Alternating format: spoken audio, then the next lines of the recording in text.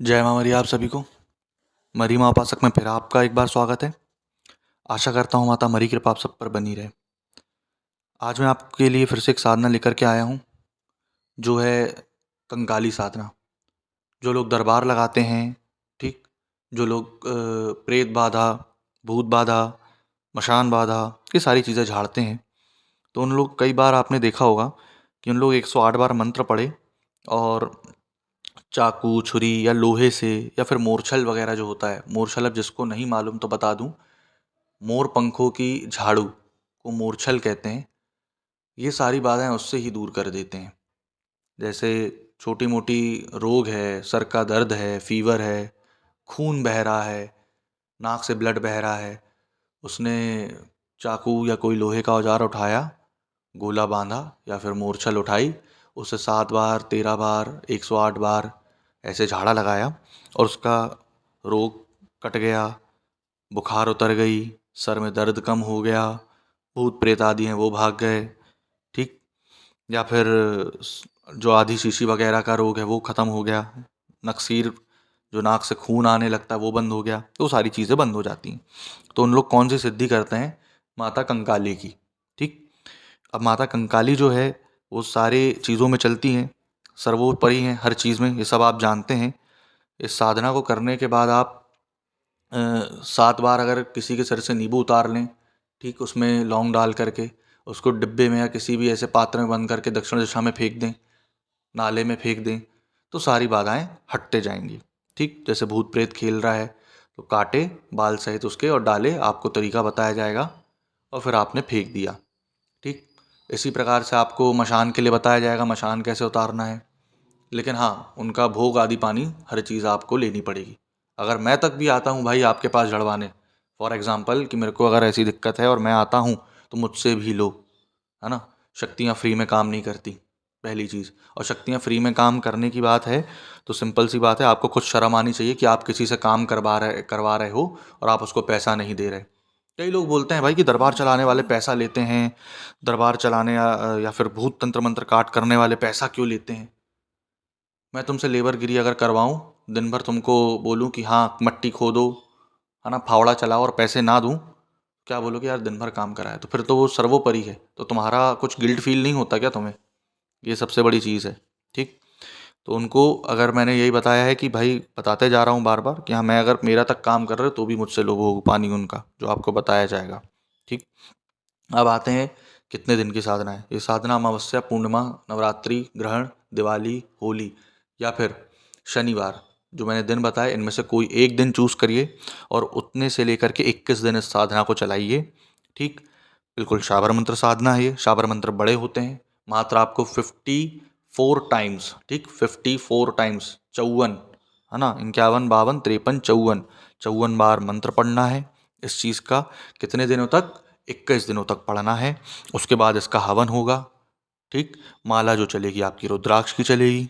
समय जो रहेगा आपका संध्या काल का रहेगा, रात्रि 8 पे, ठीक। 8 के बाद ही करें आप ये साधना तो ज़्यादा अच्छा रहेगा, क्योंकि शांति होने लगती है उसके बाद, ठीक। अब मुंबई वगैरह में रहते हो तो मुझे नहीं मालूम। उसके बाद आप ऐसा शयन कक्ष चुनें या जो आप जहाँ नीचे सो सकें, जो आपका साधना कक्ष हो, वहाँ पे आप एकांत में साधना करें। लाइट जितनी कम रहे उतना करें।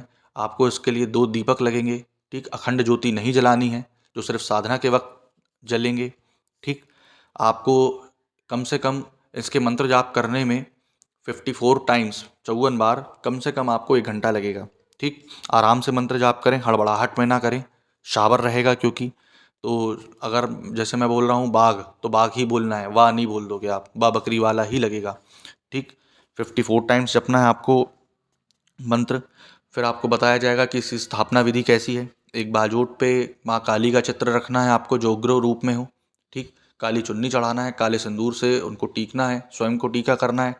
काला आसन, काले कपड़े, जो काला आप बाजोट में काला कपड़ा लगाएंगे, उस पे माँ काली के बीज मंत्र दोनों साइड लिखने हैं, बीच में स्वास्तिक रहेगा, उसके आगे 2 दिए रहेंगे, ठीक। दिए का तरीका आपको बताया जाएगा, कौन सा दिया कहाँ रखना है।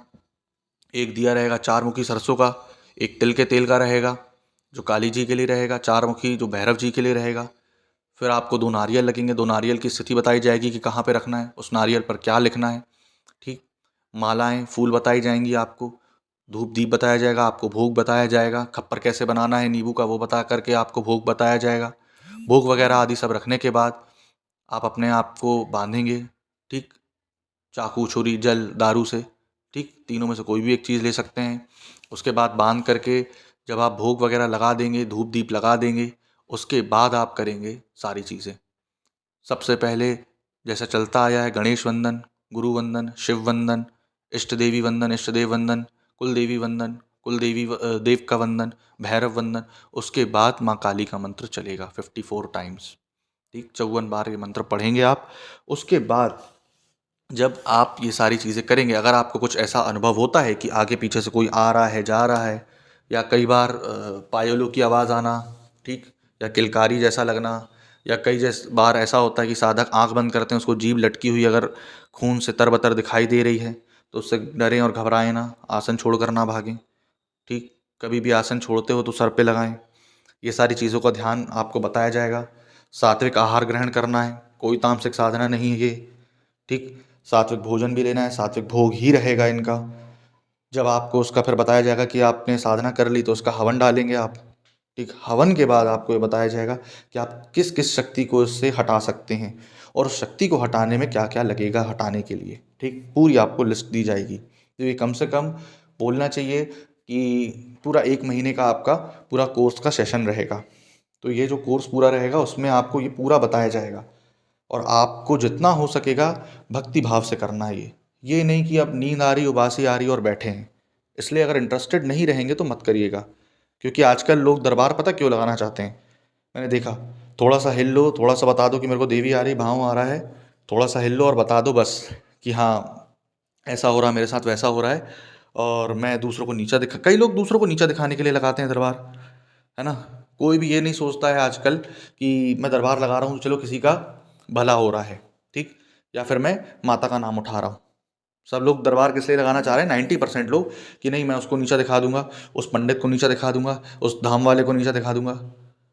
तो ये सब मत सोचो, वो धाम वाले पंडित जी सब अपना अपना काम में लगे हैं, आप भी अपने काम में लगो, ठीक, आखिर वो भी लोगों को ठीक करके सनातन को आगे ले जा रहे हैं और आप भी ठीक करके लोगों को सनातन में ही ले जा रहे हो। तो कभी किसी को नीचा नहीं दिखाओ भाई। मेरे भी अगेंस्ट में यूट्यूबर हैं, है ना, जो चोरी करता है मैं उसको बस बोलता हूँ, बाकी मैं किसी को नहीं बोलता। तो चोरी करता है तो फिर खाता भी है, सिंपल है। तो वो सारी चीज़ें बिल्कुल मत करिएगा।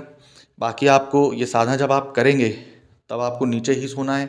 अब नीचे सोने का मतलब ये नहीं है कि बिल्कुल नंगी ज़मीन पे पड़े रहो, ठीक, आपको बिस्तर नीचे लगाना है, ठीक, ब्रह्मचार्य का पालन अति आवश्यक है। जब आप साधना करेंगे आपको उस टाइम पूरा ब्रह्मचार्य रखना ही रखना है, ठीक।